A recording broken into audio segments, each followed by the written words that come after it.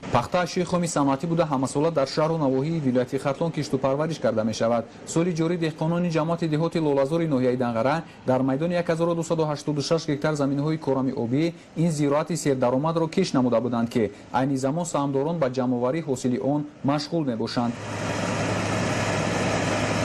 аз ҷониби ширкати чинии ҷунтаи Данғара Синсилу имсол дар ҳудуди ноҳияи Данғара дар масоҳати 1574 гектар замин пахта кишт гардидааст ки аз ин 800 гектараш дар ҳудуди ҷамоати деҳоти лолазор мебошад.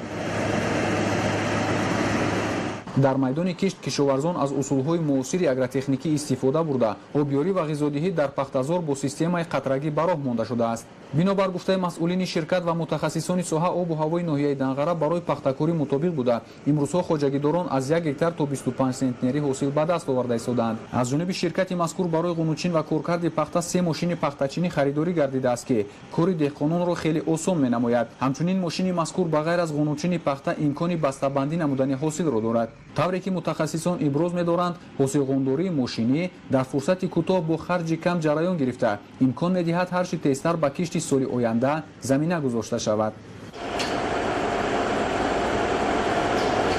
ҷунтаи Данғара Синсилу текстил яке аз корхонаҳои ҷадиди коркарди пахта дар ноҳияи Данғараи вилояти Хатлон буда дар асоси шартномаи тарафайн аз ҷониби мутахассисони чинӣ бунёд гардида имрӯзҳо ба фаъолияти пурсамар қабулу коркарди ашёи хоми пахта машғуланд. аз рӯи маълумот ғайр аз коркарди маҳсулоти худӣ инчунин ин корхона пахтаро аз хоҷагиҳои деҳқонӣ низ ба таври озод бо нархи дастрас харидорӣ менамоянд.